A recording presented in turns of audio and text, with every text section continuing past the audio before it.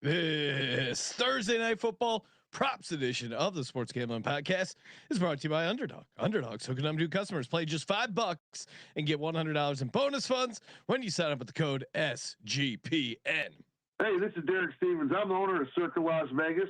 You're listening to SGPN. Let it ride.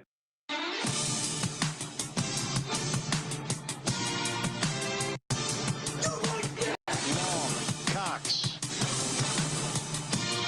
He's one of those guys who will get penetration.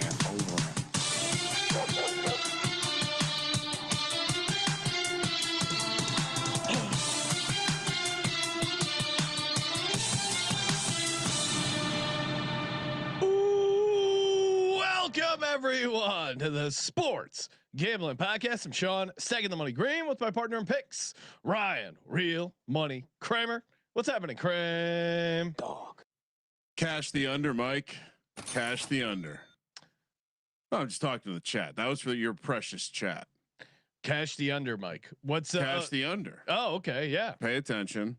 What do we? They always have the over. They always blame the show not starting on time on me. Mike, the guy who runs the chat. There we go. Well, he's not. I don't see him in the chat. That's fine. He'll be here later, and he'll be like, "Damn, I should have been." So the there podcast audio to cash the under. Mike is our chat czar who keeps us on time. You can keep it mysterious. Okay. They can come to YouTube if they want to find out who Mike is. Ryan, of all of I want to a special Monday night locker edition. I got to throw Marcus Mariota in the locker because hold on. Let me get Brad Rogers out of there first. He's still. I haven't let him out yet. Wait, and it may have not fully sunk in when we talked last night. Brad Rogers was the ref for the Virginia Tech game and the Giants game. No. Oh, okay. No. I didn't actually do the research to find out the name of the ACC crew. All right, I assumed you were just making a. But the combination, if that somehow is true, my God. Yeah, that would have been insane. So now Marcus Mariota, it's a weird thing because I had the under 30.5 attempts, which that cashed by the skin of its teeth. We had that debate, and I was on 21-30. So he did go over his completions, unfortunately for Ryan. But the other play I really liked was Marcus Mariota over 28.5 rushing yards. We had it in our underdog entry paired with the Kelsey touchdown that Kramer gave out. That hit, no problem. Marcus Mariota has 8 carries, 28 yards. But if you're watching live, the really frustrating part was completely garbage time. The Commanders were trying to run the clock out with like 8 minutes to go, but this is on the final drive. He runs for 2 yards to get it to go over, but then he's stripped and the ball fumbles backwards. So where it went out of bounds was 0 yard gain. So he got 0 yards on his final carry. It was insane. If the fumble goes forward, he gets the 2 yards. Also, the play before where he's running and just gets tripped up in the middle of the field, there's 10 more yards for him to have. If he doesn't get tripped up there. Also, there was I want to say it wasn't a holding, maybe like an illegal form, some sort of procedural penalty that brought back a earlier scramble of like 3 or 4 yards. Yeah, and at the time you're like, oh, it's 3 or 4 yards. You don't even think about it. But then at the end, when you need that one, maybe 2 yards, depending on where you got the number at. It was a good handicap. I didn't realize that. Kingsbury's offense may be expired, Sean. He went to Thailand. He paid someone. He did a deal with something. 8 carries and none of those were kneels down. I swore he was going to get it. But really, the most insane thing, obviously, Chiefs get the win in the cover, 28-7. Punting with 6 minutes left, down 21 points on like a 4th and 8. That's unforgivable. If I was a Commanders fan, I'm losing my shit. How do you punt there? Now, it doesn't matter. Are you going to get the first down? No, you're punting to the Chiefs. I understand if you're like punting to the Titans, and the Titans did that same thing when they were down 17 points, 4th and 4. And there's a video of Cam Ward going, Mike, what the fuck? Let's go for it. Which Mike McCoy did suggest that he erred. in real time. Listen, Dan Quinn, that is not a backward hat move by Dan Quinn. Well, it's so funny. Everyone talks, hey, analytics. We're analytically no analytic tells you to. No computer, no AI backed anything tells you to punt there. Just insane. In a weird way, I feel like this problem's only going to get worse because we're now taking all the feel out of the decision, and people are just going to be like, "Oh yeah, this is what we do." But here. also fine. But there's no card. There's no formula. There's no math that says to punt there. Listen, no math. The NFL wants to replace the onside kick with like a 4th and 20, something like that. I think we're pretty close to the idea that teams just stop punting the ball. Like unless you're pinned inside your own like 35-yard line. I think we're eventually going to get to the place where the analytics will say you go for it because you can then kick off with a 4th and 20 and keep the ball.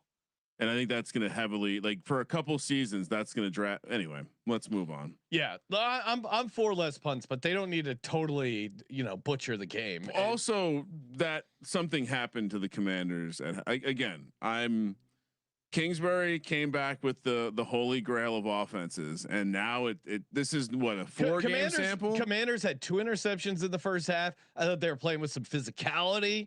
And okay, fine. We're finally going to get a dog to cash here in week 8, and just completely shit the bricks in the second. Is half. the offensive failure the system? Are we seeing the end of the Kingsbury system? Well, was Jaden Daniels a soft benching because it was starting to come down? I like where your head's at, but in defense of them, let's see once Jaden Daniels gets healthy. But the problem, I don't think Jaden Daniels is going to be 100% healthy. Tunsil banged up. Yeah, and they were dealing with Debo injuries, McLaurin injuries. If you're a Commanders fan, you have a lot of excuses. Here's what stood out to me: they couldn't run the ball against the Chiefs. Yeah, I think the Chiefs have a solid defense. I don't think they've been particularly great against the run, and I think this Kingsbury offense is just not going to work if they can't run the ball. So that would be alarming for me. Thought they were going to be able to run the ball tonight. Yeah, at least a little bit. But Chiefs defense showed up. Mahomes even had 2 interceptions, which just for record, Jalen Hurts only 1 all season. Patrick Mahomes 2 in the first half. And yet didn't matter. Chiefs roll. Oh, and you know what? I did go back and take an inventory of all the things I parlayed to Chiefs division. Nice. Feeling all right. Feeling good. Yeah. I mean, even with the Broncos and the Chargers, Broncos are hanging around. I'm not worried at all. Yeah. This Chiefs team this might be the best version of the Chiefs team we've seen. And that's it's only week 8, Sean. Normally this isn't until like week 15. Maybe they're peaking too early. I don't know. It's not all 1-score games like last year. All right, enough messing around. We're looking ahead to the Thursday night game. Going to talk some picks and some props. Joining us from Rithmm, and of course download the Rithmm app. Use that promo code SGPN25. Start building your own models and submit your plays. Track your plays for a chance to win $1,000. Brian Beachkofski. Brian, what's happening, man? I'm loving life. How are things over there? Doing great. That's the right attitude for mid football season. Yes. You're not beat down by the season yet. And we were talking before the show started where Brian goes, "Hey, how's it going?" And I go, "I can't complain." And then I immediately corrected myself and started giving him the Marcus Mariota rant, which I just gave to the audience. But Brian, you said you had the over 218.5 Rodgers passing yards, and that was and that cash. What did he finish with? 219. 219, got it by the hook, which I love because the model had that early in the week. I got that down, and the line climbed up to like 220, and all. If you weren't there early, you missed out. There is something fun about hitting on a number that does, like, not all the numbers win, where you're like, yeah, I am sharp. Feel a little extra smart. CLV worked this time. Well, yeah. And obviously you can sound like a broken record. Hey, always get the best price, et cetera, et cetera. And it does apply to NFL sides, but NFL sides, it's such a big market, so efficient, quote unquote, that for the most part, we don't see, like the Ravens game last week was a true outlier where we saw a dramatic swing from opening to close. But for props, especially, props do change a ton. And again, they vary decently amount from book to book. I mean, even the same prop, like a passing yards prop, can be 4-yard difference between the different shops. So it's especially true shop around and get the best So number with props. Scold them and tell them they're lazy if they're not. No, At this point, I mean, what are we doing? This is a great example. Maybe if I shopped hard enough, I could have found a Marcus Mariota over 27.5. Instead, I'm sitting here like a loser at 28.5. But Rithmm is here to get us off our losing ways, get us tracking our own models, giving out some picks, some plays. Brian, we got to start with the big question here. Does the AI model project Lamar Jackson to be the quarterback on Thursday night?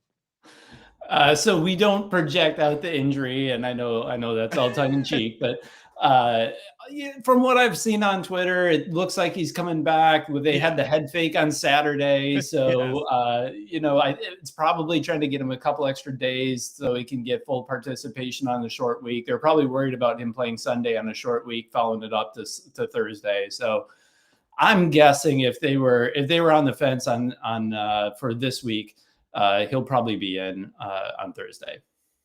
Yeah, no, I would be really surprised if he doesn't play this time, but it would be hilarious if Harbaugh went to. If you listen to his press conference, he twice said that he expects Lamar to be out there. And so if this is really some weird game of chicken, he's doubled his bet. Yeah, So we'll see how Lamar responds. He's going all in on it. I will say Lamar was wearing the play wristband last weekend. He was cheering for his teammates, so he was locked in. Yeah. So I don't know if I believe the contentious temperature.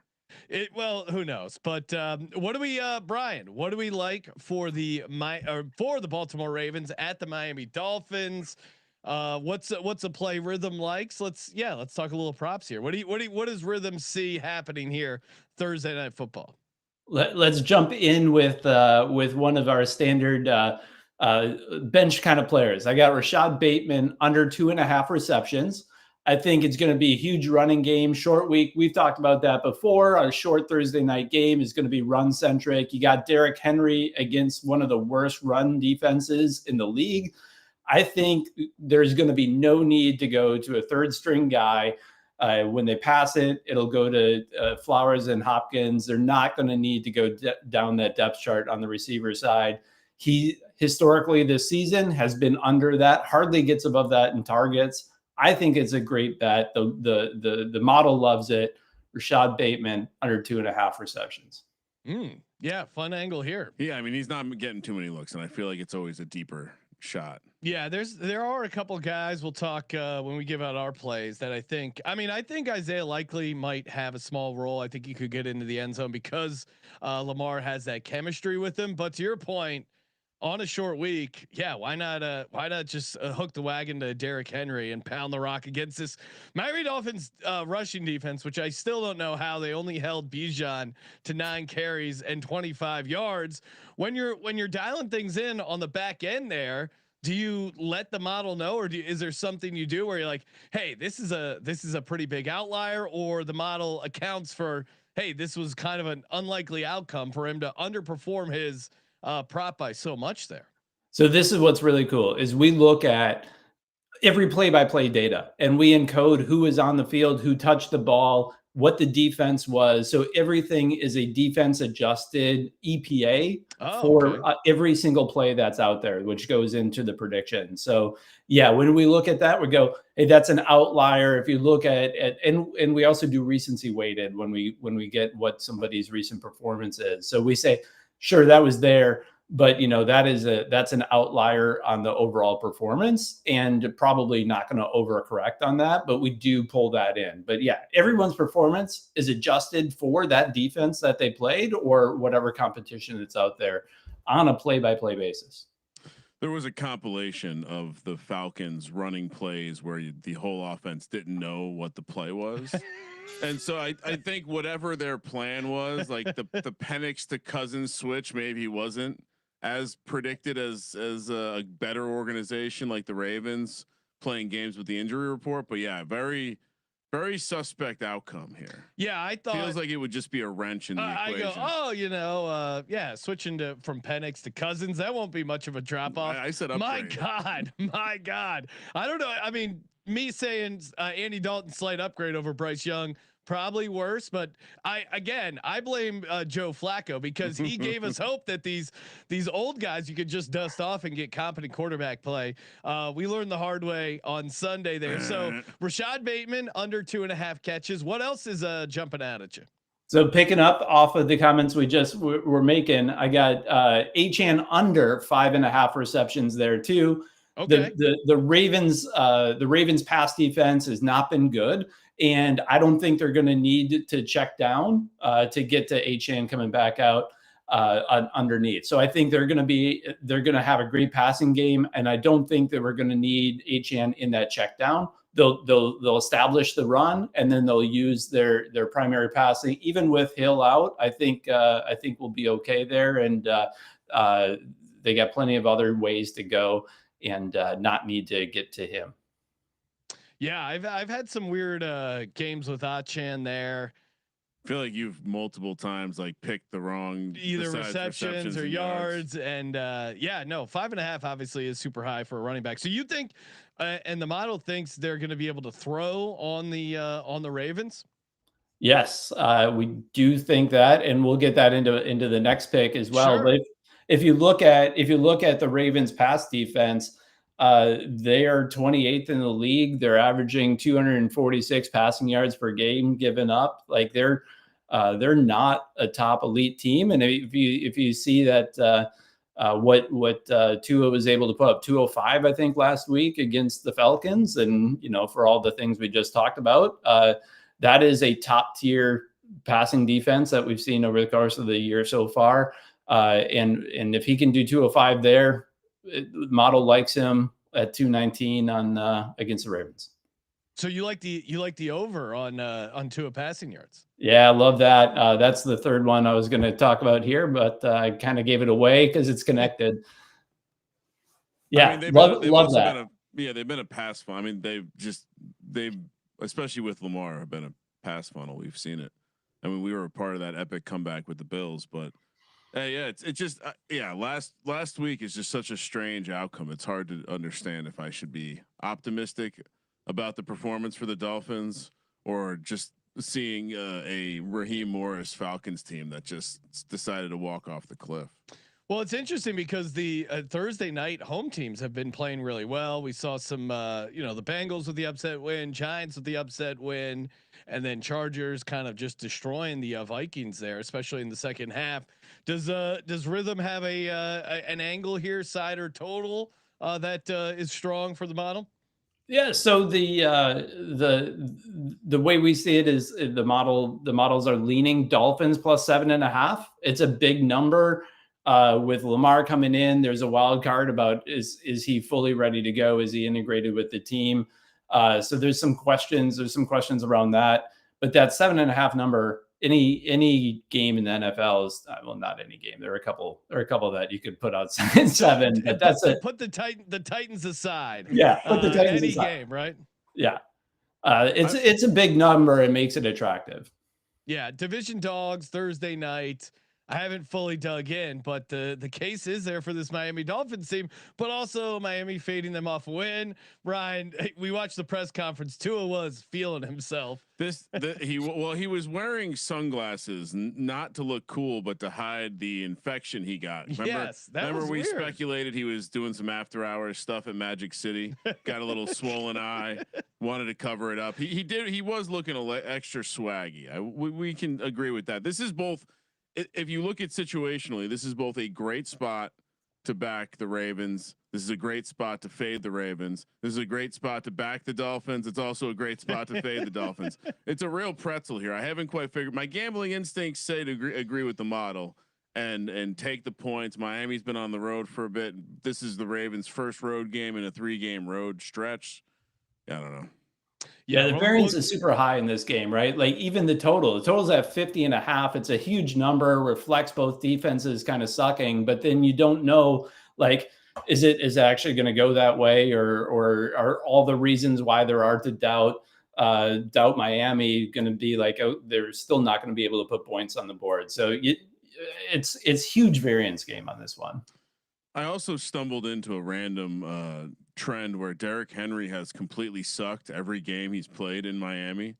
it like uncontrollably sucked. Like it's a weird 4-game sample. Shouldn't mean anything, but got in my head a little bit too. Yeah. Well, yeah, I mean, again, it's with trends. Maybe he's with got like angles. a baby mama down there or something. Sometimes you can look into it a little bit, but you don't want to go too crazy because I feel like that's where I get tripped up there. Brian, always appreciate the analytical approach from Rithmm, and of course, download the Rithmm app. Use that promo code SGPN25. Get you set up there, 25% off, and again, track your plays for a chance to win $1,000. Appreciate it, Brian. Thanks for having me on. It's always a blast. Good times as always. Let it ride, Brian. And of course, from Brian to Ryan, of course, we're brought to you by MyBookie.ag. MyBookie, your place to bet on football, everything else, the sports equinox, which means I celebrate all sports equinoxes with the MyBookie prop builder. MyBookie also, if you're not been taking advantage of the MyBookie rake back, again, click on that MyBookie Plus, and it'll tell you when your next rake back is going to occur. Log in when it say like, hey, 3 days. Set a reminder. Yeah, I don't know how long it stays out there, but it's set a reminder. It's free play. So whenever it says it's coming back, like I'll click over to my MyBookie account. It's always good right to check now. it. Oh, I got some right now. Oh, perfect timing. $78.06. Oh my god! But I did hit the slots a little bit. Yeah. My next rake back is happening in 6 days. It's usually like once a week, but get that free rake back. It's so fun to use the free play over in the prop builder, whatever. It's sort of long shot. Again, if it's free play, you got to let it ride. And of course, use our promo code SGPN so they know we sent you, and you can score 100% bet back bonus up to $500. Terms and conditions apply. MyBookie.ag. Promo code SGPN. We're also brought to you by Novig. Novig, America's #1 sports prediction market. Love hopping in on Novig, and it's great. They also have boosts, which you wouldn't think of in a prediction market, but they do have those. They have props, they have first touchdowns, and it's a great way. If you're in Texas, Florida, California, great way to get in on the action. Download the Novig app and spend $5. You get $50. Use that promo code SGPN. Download the Novig app today. Who needs Vig? Not me. Novig, promo code SGPN. Very, very interesting matchup, and dare I say, a very interesting Thursday night game leading into a very interesting Week 9 slate. Oh, not satire. Not easy. Are you still seeing the board well, Ryan? It's a week to week situation, just like the NFL. It's a week to week game. I look at 1 week at a time, and I will say, this weekend we are riddled. We will be riddled with tough decisions. Do I follow gambling instincts, or do I read the room right now? Yeah, no, that's always there's going to be some interesting situations. Like this game. Spots. Yeah, 10 times out of 10, you know exactly what to do. Well, they're baiting you though. Who's baiting you? They. The they. 7.5. This being 7.5 is the perfect number to. Well, one. The Dolphins suck, but what if they fixed everything? What if they are bought into McDaniels and Atlanta does have a good defense, and right? Like, what if? Yeah, but I think if you would look historically, teams coming off a what was it, a 24-point win after being a dog of 7 or more, of course, and now they're still a dog. That's usually a sign to avoid them, but. On the other side, it was a road win. Now they're coming home. Now you have your division dog Thursday night. If I just looked at that spot in and of itself, you would love the division dog catching 7.5 points. Well, they're not it's conference. Oh yeah, sorry, I keep saying division. I'm an idiot. Well, I mean, I get what you're saying. It's more just the idea of a home dog on Thursday night, short weekend, condensed game plan. Yeah.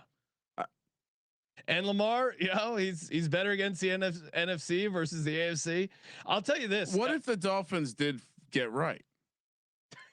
But they're still the Dolphins. Like, what is their version of getting right? But if they got right on the road, regardless of what you think about the Falcons, you can say the Falcons looked like ass, but the Dolphins still, that was the best game they'd played. And that defense had looked pretty good in some other games. It's just a tricky data point for me. Because I want to ignore it. I want to ignore the data point, be like Lamar's back. They're gonna fuck him up. Then I see Derrick Henry has had nothing but his maybe 4 of his worst games as a pro at Miami.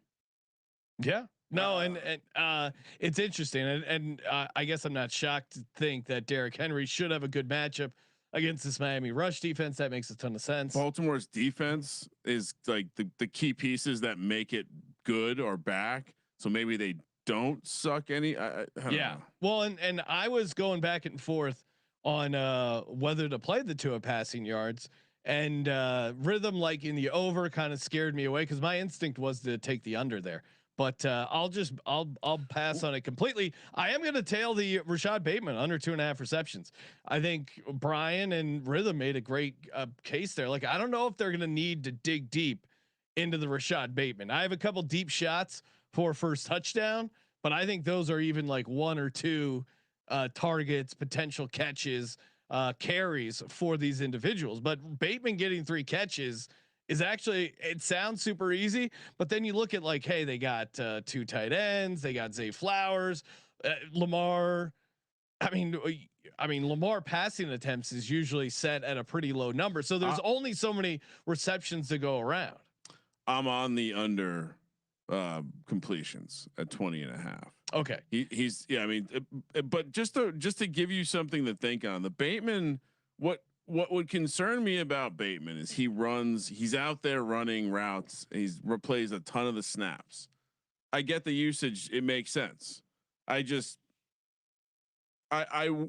depending on how the game's going, like if I think he's most reliably going to be the guy out there as like the third option after a tight end or Zay Flowers. So in 7 games, Bateman's gone over this once. I just said I think I said the output doesn't match how much he's out there doing stuff, but all right, Ryan. So I'm not telling you to change. I'm just sharing information.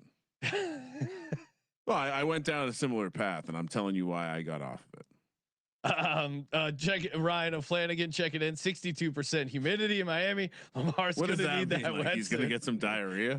Some air. He's slippery when wet.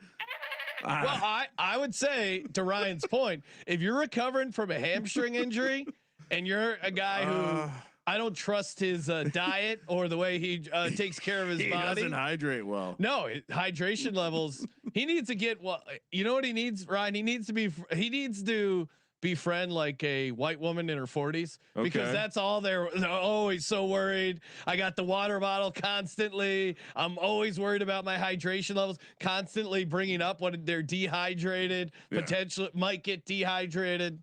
It's an important thing to stay on top of. It is. Who was the NBA player that the girlfriend or the Zion with soda everywhere? Yeah, soda everywhere. He left bottles of soda everywhere. I bet you Lamar to me strikes me as a guy who probably has this like crazy metabolism. Oh yeah, and has gotten away with eating shit and drink. Like he doesn't seem like a health nut at all. I'm sure he's taking care of his body on some level, but yeah, I mean, certainly he's given us reason to maybe doubt his 100% commitment. Now people are going to be very mad that we're saying this. No, but he's had. I know, but the Lamar stands will be upset. He's gotten ill a number of times. Yeah. I think his inability to play at lower than 100%. Yeah. Combined with the fact that it is fair to throw in all the times he's had shitting issues or flu or stomach issues. He was like patient 0 of COVID. He got COVID like 9 times. Right? Actually, yeah. I mean, dude, he may have had COVID more than any other athlete on the planet. So I think he's a guy which everyone has that person at their office too. That's always getting COVID. They just don't want to go in. They want to call in sick. That's the buzzword. But you got COVID? Get the fuck out of here. But to O'Flanagan's point, humidity is a nightmare if you're recovering from a hamstring injury. Just saying. From like a cramping perspective. Yeah. I mean, that's the other angle as to why you would take Miami in this spot. It's just going to be. What is the weather? Do we have a full report? All I know is the humidity, courtesy of Ryan O'Flanagan. Okay. Let me just go to I do have a weather page bookmarked. So. Oh, that's super helpful. Well, I think it is important to stay on top of weather. Agreed. We haven't had too much weather impact yet. Let's see here. That we're not even we don't even. I'm pretty disappointed in my weather source. They haven't even flipped the week till week 8. Are you kidding me? All right. Well, stall while I find the weather. I'll give out another prop. I mentioned it when we were talking with Brian, but Isaiah Likely anytime touchdown plus 230. We can dig and dive and look at a bunch of numbers. I do like numbers when putting together stuff, but I'm also a guy who knows chemistry, and Lamar has legit chemistry with Isaiah Likely. Isaiah Likely last year was poised for a really good year. He got injured coming into the season, off to a slow start. Then Lamar was hurt. This is both of them healthy, both of them in a nice spot here, attacking the middle of the field. Isaiah Likely, he loves them too. So plus 230 anytime touchdown. Isaiah Likely. I got something else for you there. Okay. Most receiving yards in the game. Oh man, what's that? What do you think? I mean, we know he's got it in him. He had that 111-yard game against the Chiefs to start the season last year. 25-1, 30-1. Okay. Oh, maybe that's my. All right. I like that, Ryan. I put it in my. I have a Degens only play, but I stumbled into a couple others when I was looking around. I figured you might be on an Isaiah Likely angle. I haven't been playing him much because he's gotten no usage. Yeah, he didn't get any usage last week. Charlie Kohler's playing as many snaps as him, which could be him coming back from injury. Could have been the game plan with Snoop Huntley to go a little bit more to tight end. You're not going to see Andrews and Likely lined up on the line of scrimmage together, so that's where Kohler comes in a little bit more. So yeah, I mean, I certainly would. Yeah, I would look to play his yardage and catches too. And just Fred in the chat saying, "Fuck, missed an $1,800 parlay by 2 Mariota rushing yards." These fucking. Get Cash Patel on the line, Ryan. This is insane. Do you think he had what Terry Rozier did was nothing compared to? I mean, that was like a regular season NBA game. This is primetime NFL. Marcus Mariota took a fall. Really disgusting stuff. So horrible. I mean, yeah. Sorry. He sorry, did trip in a weird way. It was like a weird fall forward, and the too. ball popped out. For what it's worth, we were. Yeah, I lost money on that as well. Not as much as you, but still an annoying amount to the point where I'm getting an investigation. So my two props so far: Isaiah Likely to get in the end zone, Rashad Bateman under 2.5 receptions. All right, so Ravens defense feels like they're working their way back after that embarrassing performance against the Texans. Van Noy called out the team, and now they've gotten some pieces back. But what happened last week that's notable, Sean? Rookie Mike Green, who maybe fell in the draft for non-football related reasons. Baldy said he has the best bend in the class, and he got his first sack last week against Caleb Williams. Looked good getting around the edge in the way that you could see Tua taking a sack every day, especially on Thursday night. Mike Green to get a sack, Sean, is somehow 3-1. Oh my God. Exactly. And Mike Green to get a sack is 3-1. Just got his first sack. The pressure numbers have been there. As you know, I've been studying those. And again, I could see him bending around the edge right into Tua's ass. And Tua tag Ovalia, the quarterback. Almost did it. Almost made it. Man, my favorite part is hitting the sound drop and then just watching Ryan in the monitor where Ryan knows he's like, don't step in. Can't help himself. No, I can't. It is a great sound drop. All right. So I'm in for Isaiah Likely to get in the end zone. Bateman under 2.5 receptions, and Devon Achane under 63.5 rushing yards. This was, I think this is another play that Rithmm likes, but Roquan Smith, Kyle Hamilton back. I thought they did a good job slowing down this Bears rushing attack, and the Bears offensive line, their run blocking has been pretty good. The more I talk this out, the more I get down these props. I think if the Dolphins are going to have success, it might have to be in the passing game. So give me Achane under 63.5 rushing yards. They were kind of playing like they didn't respect the passing game of the Bears. I mean, you even saw it, like the DJ Moore play. That's like a play where you're just not respecting that they're going to throw that ball over the top of you. So I don't know how I feel about the Achane props, even the Rithmm angle, because I mean, I see the math case for it. I'm not touching his receiving props. It but because it also kind of seems like it could be a game where he does do a lot. Now, where are we at with Lamar? You think Lamar is going to run coming back from this? Think he's going to show everyone, or do you think he's going to not run and do one of those things where he sits back and? I don't know. I don't have a good read on Lamar. I was skeptical that he was going to be 100% for the game against the Bears. And when I made my Bears money line play, I assumed I was playing against a 70% Lamar Jackson. Turns out I was going up against 100% Snoop Huntley. So hated to be in that spot. Any void opportunity? I'm going to talk to Benson at the circuit and see if they'll honor my ticket, because I was fraud was committed against me by John Harbaugh. I thought I was going against 80% Lamar. It's hard for me to argue against that. It did seem like there was some fraud. Kramer, what's it? So those are my 3 props. Anything else you're giving out, Kramer? So I had a couple things written down that I'll be on. Like I said, the likely stuff feels very likely, but I you know what? I'll take Tua to have the most passing yards plus 130. I don't know how much. I'm on the under completions 20.5. I don't know how much Lamar is going to need to throw in this game. I think the lack of a running game from Atlanta was more about Kirk Cousins and like they just didn't know the offense. There was on a couple plays, the offensive line ran 2 separate plays. They kind of collided into each other. They gave up on the run. It was a very strange situation. So to see Tua as the dog in a situation where he's 7.5 point dog, and the team they're playing against is going to want to establish that run. So yeah, Tua to have the most passing yards plus 130. All righty. Hey, let's put together a little Underdog entry. Of course, Underdog Fantasy promo code SGPN. Play $5, get $100 in bonus funds, and they got you covered now. Team picks, spreads, and totals depending on your state. What? So California, as a California resident, I can vouch it's in California. So check your state if you're looking to get in on the action. Great way to get involved with Underdog. Use that promo code SGPN. Kramer, it is still Boostober. What are we doing here? Just loaded in a 30% booster. Okay, got boosters engaged. I like likely. Now maybe we don't have to play the full TD. Maybe we just play his higher 20.5 receiving yards. It just feels like a get right spot for Isaiah Likely. I know Lamar likes him. They have good chemistry, but what are you feeling?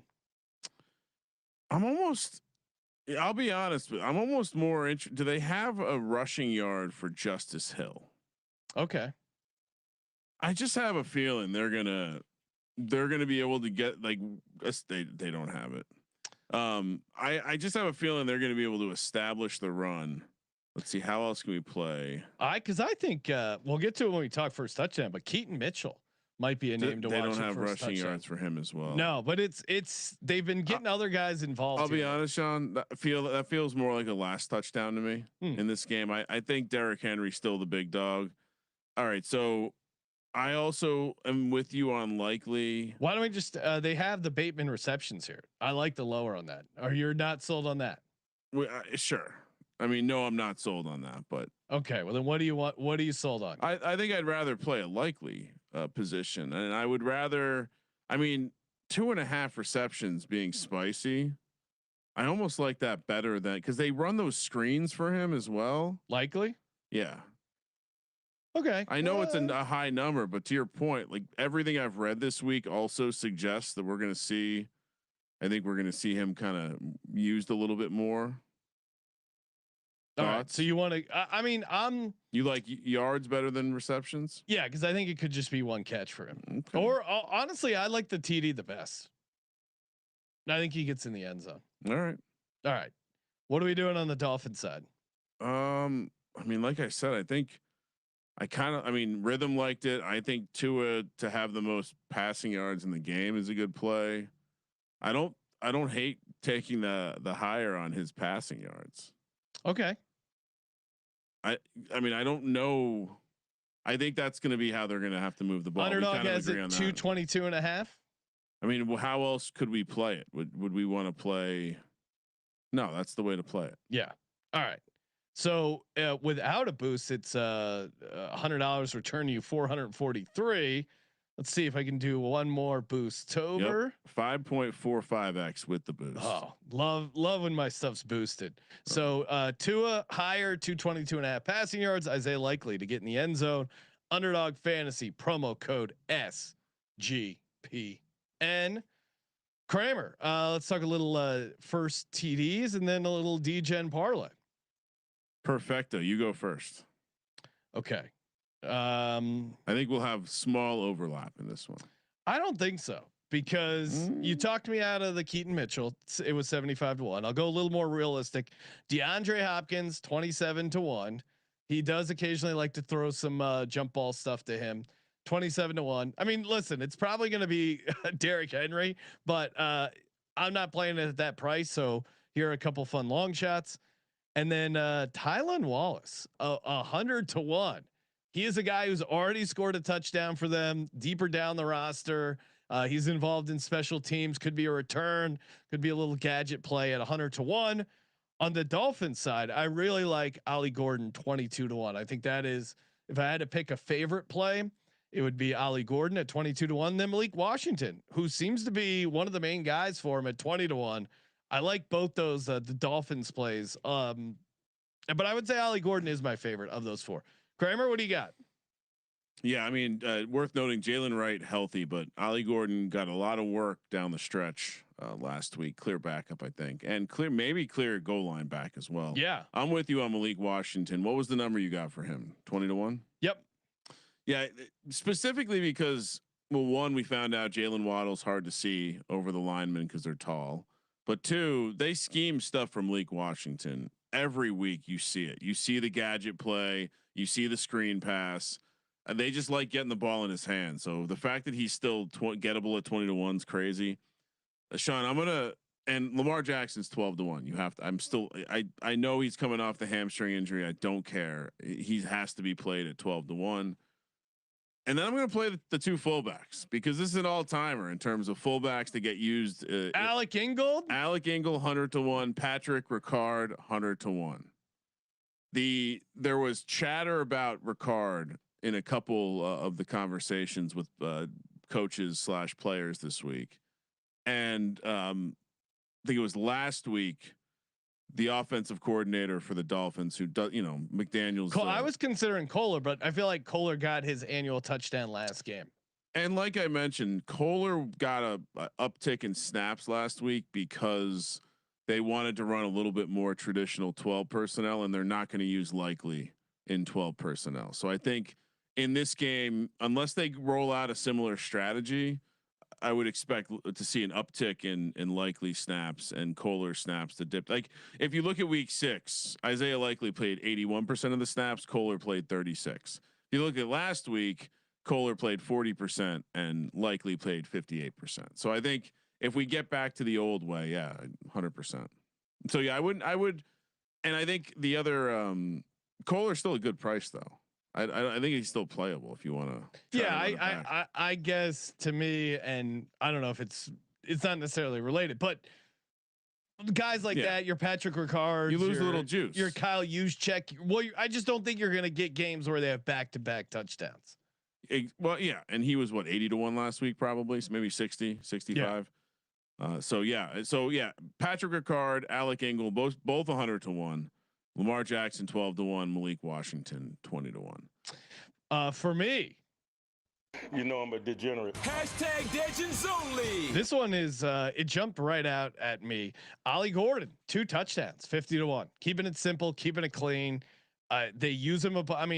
10 for 46 in the rushing game. He had a receiving touchdown last game. I think that's always a good sign. Yeah, no, I think. A little bit of his usage last game was, probably a little bit of garbage time there at the end, but he's involved. Yeah. They do well, especially near the goal line. Like they're not afraid to use him there. I think they prefer him there. I think he's a bigger back. I think that's the intent. So you do get that bonus action. And I don't think. Let me look it up real quick because my only concern is the wild card of they really like Jalen Wright last year. Did Ollie Gordon completely take his job? I think he kind of has. Well, since they've been back last week 7, 18 snaps Ollie Gordon to 9 snaps for Jalen Wright. Last week 21 snaps for Ollie Gordon, 11 snaps for Jay Wright. So yeah, or Jalen Wright. So I would say yes. But you know who got more snaps than both those guys? Alec Ingold. Let's go. Did he get any carries? That's not important. Okay. It's about being on the field and getting ready for that play action waggle out into the flat, just like Kyle Juszczyk once did for me in the Super Bowl for the first reception.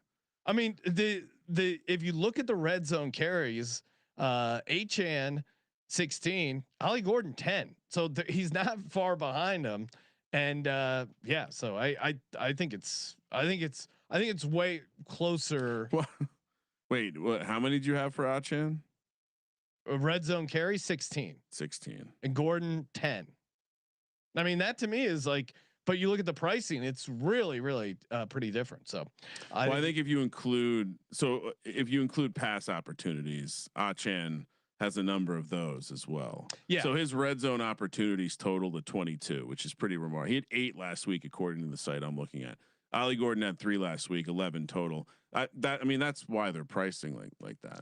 Mike in the chat saying, are the Ravens a survivor play this week, Ryan? I haven't done a deep dive yet. We are alive in our absolutely not. We are alive in the in our DAP Circuit Survivor. You don't need to play Thursday. Our map had us taking them last week, but we didn't take them obviously, so they're still available to us. The Ravens, the Ravens. They're a holiday team, so they probably worth keeping in the back pocket just to have as many options as possible. Yeah, I think for Survivor, I want to see Lamar get a couple games. He's got 3 straight road games. Like this is probably not the stretch to be taking them, if I'm being honest. Yeah, and then. What do you think we will end up on Survivor? I know Rams will probably be a big one. What else are we looking at potentially for Survivor? Well, hold on, let me pull up the Ravens schedule real quick because they're home against the Jets November 23rd. They're home against the Bengals November 27th. One of those is a holiday game, right? Is the Jets a holiday game, or is it Christmas that they're playing? Regardless, that's the stretch. You're playing them in one of those 2 games.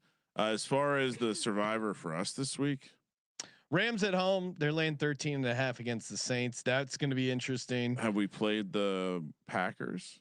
No, but that one's interesting too. They're at home against the Panthers. I think that's the conversation. Possibly a look ahead to the Eagles, but yeah, I would be pretty surprised. Did you watch that? I mean, Bryce Young's not coming back, and the Packers looked really good in that second half game against the Steelers on the road. Back at home at Lambeau. The other one, which we'll discuss, Chargers at Titans. Yeah. This Titans team is really bad. Imagine getting knocked out because of Herbert, though. That would end you. That would. I would be very upset. Rams getting to make fun of Justin Herbert would make it so much. I'll be honest. The Rams do not have a future home game. Their future home games are Saints, Seahawks, Bucks, Lions, and then Cardinals week 18, which is very dangerous. So they might actually be the week to take them. All right. Because the Packers have games coming up that we're going to be like, okay, we could see ourselves taking the Packers. Maybe not. Packers have a road game against the Giants. Packers have a home game against the Vikings, and they have a home game against the Bears.